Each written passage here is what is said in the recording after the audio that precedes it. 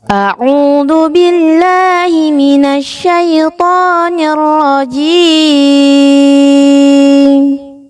Wa anfiqu mimma razaqnakum min qabli ayyatiya ahadakumul maut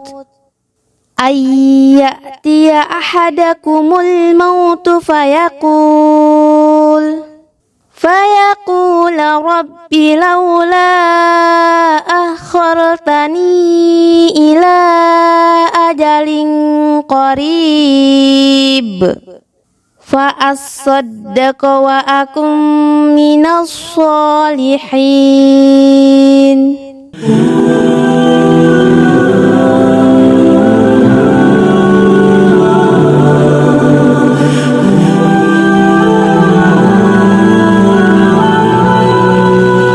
Bismillahirrahmanirrahim. Assalamualaikum warahmatullahi wabarakatuh.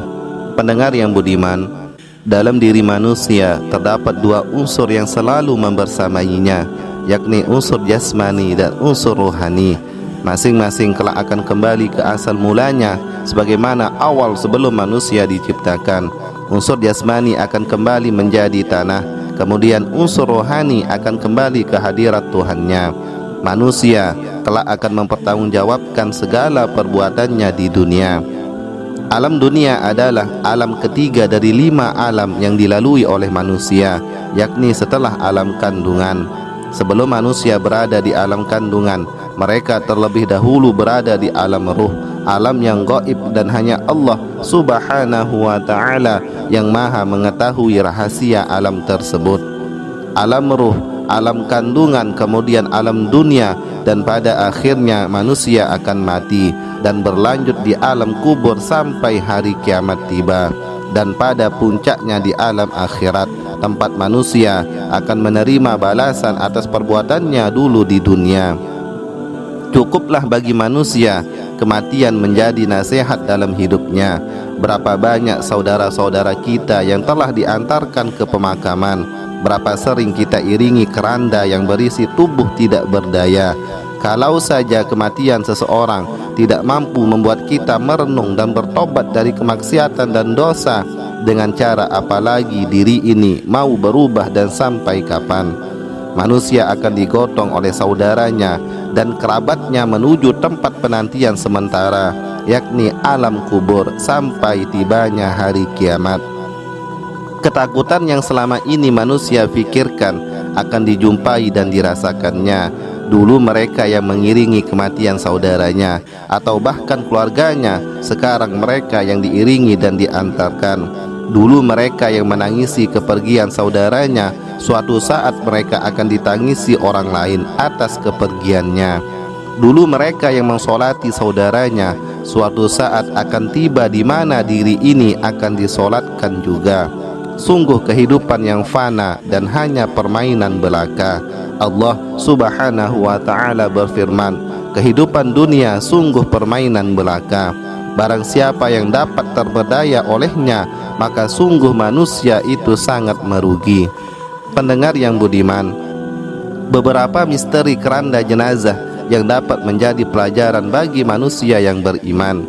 Pertama adalah bagi mereka yang di dalam hatinya hanya ada Allah subhanahu wa ta'ala, mereka senantiasa bergembira dengan kematian yang menimpanya. Manusia yang beriman mengetahui bahwa hal yang paling berharga adalah ketika yang tersayang memanggil untuk menghadap kepadanya. Oleh sebab itu, hakikat kematian pada dirinya adalah sebab akan dipertemukan seorang hamba dengan Rabb-nya. Dikisahkan bagi orang-orang yang beriman bahwa ketika jasadnya masih berada di rumah duka, ruh jenazah tersebut berkata, segerakanlah kalian memandikan dan mengkafani tubuhku, aku sudah tidak sabar ingin bertemu dengan Rabbku. Maka ketika jenazah tersebut dimandikan serta sudah dikafani, ruhnya masih berkata, segerakanlah kalian mensolatiku agar aku bisa secepatnya bertemu dengan Rabbku. Sungguh kalimat yang dikeluarkan dari ruh tersebut tidaklah terdapat satu kalimat penyesalan atas apa yang telah menimpanya. Justru kebahagiaan dan kegembiraan yang ada. Kemudian ketika jenazah tersebut sudah disolatkan, lalu orang-orang membawanya menuju pemakaman, maka ruh tadi pun berkata, segera dan percepatkanlah langkah kalian menuju pemakaman agar aku secepatnya bertemu dengan Rabbku. Setelah jenazah tersebut sampai di pemakaman, ruh tadi pun masih berkata kepada orang-orang yang mengantarkannya, masukkanlah jasadku dan segera tinggalkan aku, karena diriku sudah tidak bersabar ingin bertemu dengan Rabbku. Maka ketika orang-orang telah meninggalkannya, jenazah tersebut akan ditemani oleh amal jariah yang telah dikerjakan selama di dunia, dan kuburannya menjadi salah satu taman daripada taman-taman surga, serta mendapatkan kenikmatan dari Rabb-nya. Sungguh balasan yang sangat besar bagi manusia yang beriman dan beramal soleh. Pendengar yang budiman, adapun yang kedua adalah misteri keranda jenazah bagi manusia yang hidupnya di dunia hanya digunakan untuk kemaksiatan dan dosa semata. Manusia yang selama hidupnya hanya dimanfaatkan untuk mencari kenikmatan dunia saja, maka ketika mereka ditangisi saat kematiannya, ruh jenazah itu pun kebingungan dan berkata, kenapa kalian menangisiku? Ada apa dengan diriku sehingga kalian berdatangan ke rumahku? Kemudian ruh tadi memanggil keluarga, anak dan istrinya, akan tetapi mereka tidak dapat mendengar dan melihat ruh tersebut. Anak dan istrinya terus menangisi jasad tersebut sampai pada proses pemandian dan mengkafani. Ruh jenazah tersebut berkata, untuk apa kalian memandikanku padahal aku mampu melakukannya pada diriku? Setelah jenazah tersebut dimandikan, lalu dibungkuslah dengan beberapa helai kain kafan. Ruh tersebut pun berkata, untuk apa kalian memakaikan kain yang seperti itu, padahal aku memiliki sekian banyak pakaian yang bagus dan mahal. Ruh jenazah tersebut terus berkata dan berkata, tetapi tidak ada satu orang pun yang memperdulikannya. Kemudian jenazah tersebut disolatkan oleh orang banyak. Ruh itu pun berkata, kenapa kalian semua berdiri di belakangku? Bukankah aku mampu mendirikannya? Kemudian sampailah pada jenazah tersebut dibawa ke tempat pemakaman, sambil ruh tersebut berkata, kalian hendak membawaku kemana? Kembalikan aku ke rumahku. Anak dan istriku menanti, harta bendaku aku tinggalkan di sana. Orang-orang pun tidak mempedulikan jeritan dan perkataan ruh tersebut.